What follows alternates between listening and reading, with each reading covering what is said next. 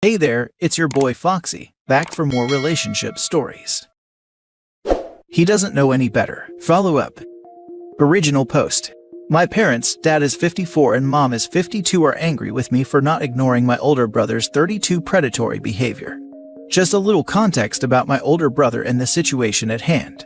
My brother is 32 years old. He's never had a job. He dropped out of community college after 2 semesters for never doing his assignment. He's lived with my parents his entire life. He sleeps all day and stays up all night playing video games and watching adult vids. Both my brother and I, 27 male, are diagnosed autistic and present our symptoms similarly. But I've been working since I was 17. Got my driver's license at 17, bought my first car at 24 and started college in 2019. My parents constantly use my brother's autism as an excuse for his appalling behavior, even though we're both on the spectrum. In November of 2020, I moved back in with my parents because I left a horrible relationship and had chronic health issues. I met my current girlfriend, 23 female, in mid-2021, and in early 2022 she had some extenuating circumstances where my family agreed to let her live with us. My brother was immediately pleased with this development, but just as quickly behaved inappropriately. It started off with him creepily staring anytime my girlfriend and I kissed, progressed to him following my girlfriend into the bathroom anytime he saw her go in there for a shower, until he figured out she always locked the door because of him. And the straw that broke the camel's back was him trying to come into our bedroom uninvited and without knocking, at 3 in the morning while we slept. Every time he behaved inappropriately, we mentioned it to my parents, but all that really happened were excuses made for him, because he's autistic, and brief conversation with him about not doing those things again, and then him still doing whatever he wanted. Anyway, after the bedroom incident, they kicked my girlfriend out, making her homeless for a brief period of time, because she had a PTSD panic attack since my brother made her feel unsafe. As a result of this, my girlfriend and I got an apartment together, and I moved out because I didn't want to be in the same house as my brother. I was upset with the way my girlfriend was treated, and I wasn't willing to break up with her, which my parents wanted me to do. I had a calm conversation with my parents explaining why I was moving out, where I explained it's their house so they're more than entitled to make rules concerning their own home. However, I was not going to continue living somewhere my girlfriend wasn't welcome, and where my brother's predatory behavior was condoned. At first they told me they love me, they're sorry they ever made me feel that way, that they want me to keep a key to the house because I'm always welcome over, and that if I ever needed to move back and I could. Several days later, I went over to pick up some more of my things, only to find that my parents had changed the locks on the door. Later that same week they tell me they're angry with me for being ungrateful, saying I hate them, and calling them bad parents, none of which I ever said.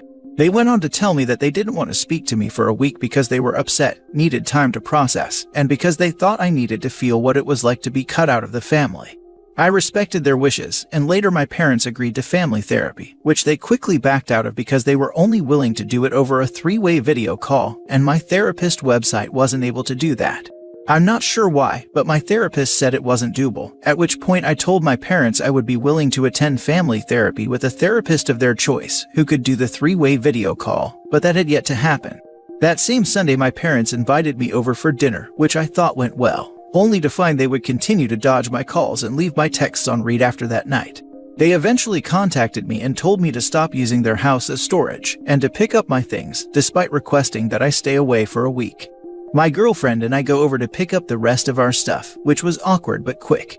Later that day I got a text from my mom wishing me luck at college, but my parents still aren't willing to talk about the issues that led to me moving out, or even to come over to see our new apartment after being invited over, because despite the circumstances I still love them and want a relationship with them, since this type of behavior is highly uncharacteristic of them.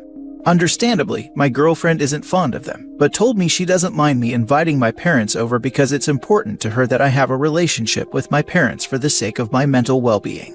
Has anyone else ever dealt with a situation similar to this? If so, how did you deal with it? Honestly, man, I would just cut your losses for now with your parents and brother, go start your own family and be happy. Maybe they will come around sooner or later and y'all can actually start rebuilding your relationship when they are willing to listen to your words. They're giving excuses to awful behavior with your brother, and therefore he will never be better. They don't want to acknowledge their own bad parenting with him either. I know it's hard to lose a relationship with your family, but they seem like they are always going to show favoritism to your brother for little to no reason other than coddling.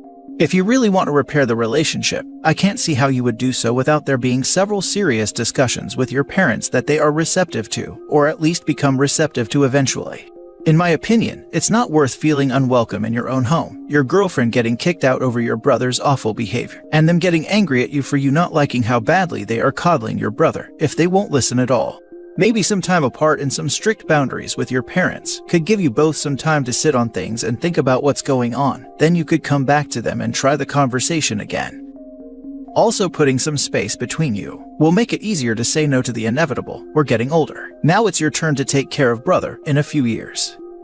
When you do try to start your own family, make sure your brother is never allowed around your wife and children.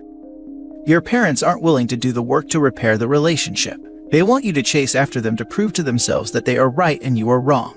Time for you to drop the rope. Stop asking them to come over. Stop calling. Stop telling them anything about your life. They would rather protect and coddle your brother rather than admit there is a problem with his actions. You can live your life and still love them, but you don't have their support. Love them from afar and love yourself and your peace of mind more. They have done nothing but make excuses and hurt you. They have shown you who they are. Believe them. It hurts, but you need to drop the rope. The ball is in their court. I don't believe they will pick it up. This is sound advice. I wonder if they contact you when you aren't contacting them. Then they crap on you again. Think of it like this: you stop, they start, you stop, they reel you back in. Continue the loop.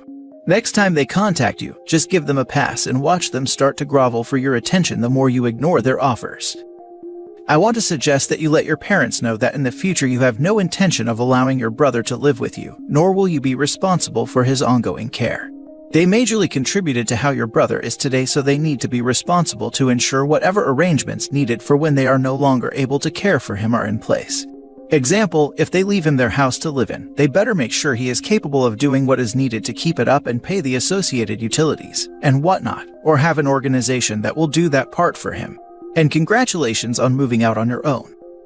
I made it very clear 2 years ago that after they pass, I will not support my brother in any way, shape, or form. He's actually hated by the entire family for his behavior with the exception of my parents.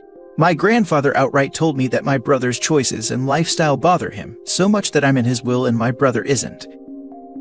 Now for the first update. I've been working through some things in therapy and I had a bit of an epiphany. For years, I thought my parents were giving me a favor by letting me live with them, but things started to unravel the more I thought about it and talked to my therapist. I'm currently 27, but I didn't start living on my own until I was 22 and always thought I was a failure or a late bloomer.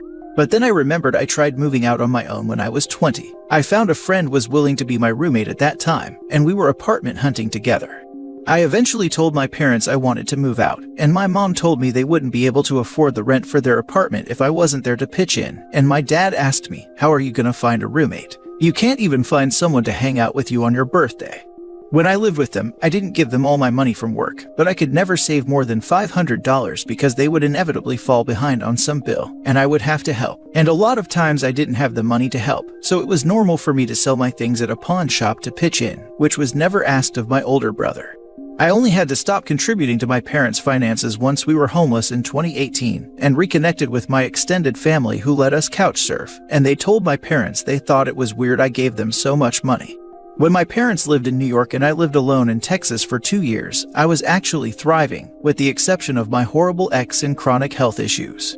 I dropped 120 pounds, I was on the honor roll at my college, and I bought a car. I was doing so well. Later, my mother admitted to me she was actually angry and resentful toward me for getting my first job at 17, because the government took away my disability money that she was managing.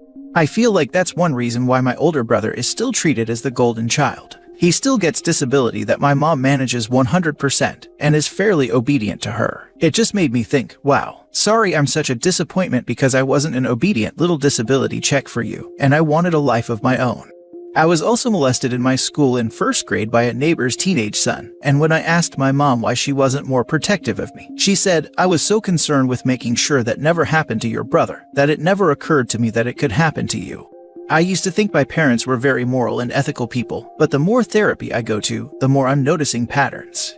For example, my mom was always doing research on narcissists and claiming that all my grandparents were narcissists, and that's why we went no contact with them for over a decade, which at the time when I was a kid I believed her. But then I realized a classic narcissist tactic is to isolate people from others who can help them.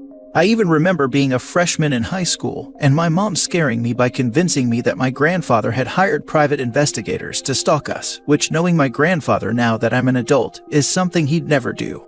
Sorry for the rant, but I needed to get this out somewhere. I'm so sorry you had to go through this, but I'm glad you were able to finally find answers. Sadly, favoritism is a thing, especially with narcissistic parents. My mom would favor my older brother more, and in general was an absolute leech. She not only sucked the money out of anyone that she could, but she also sucked the life out of me. Therapy helps a lot with finding answers and trying to come to terms with the outcomes of it all. Just know that you are a strong person, and any battles you are struggling with, you will come out of it stronger. Thank you, that's really appreciated. Now that you know you have a narcissist mom, at least you can steel yourself up to make sure you don't fall for her manipulation.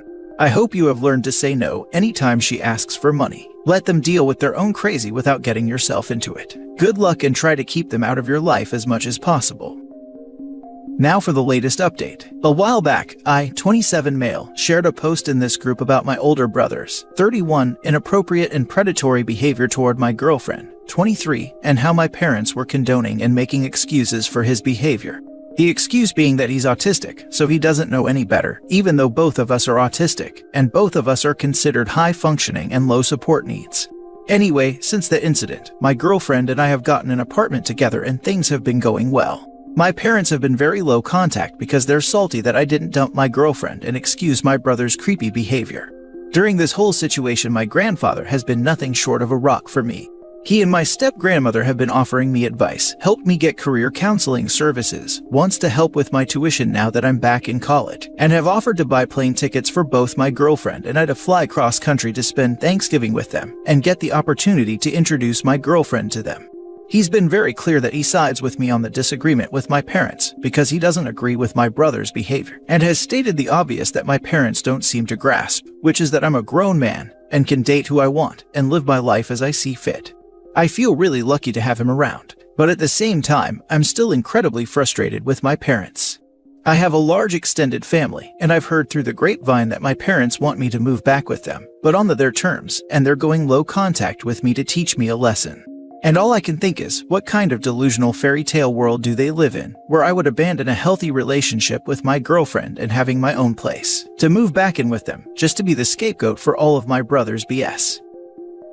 You'd be surprised at how delusional some autism parents can be about their autistic offspring. They've centered their life around your brother and therefore assume that you are as reliant on them, when in reality, you've grown wings to fly away. Let them think they're winning and quietly block them on social media. You'll be the healthier for it.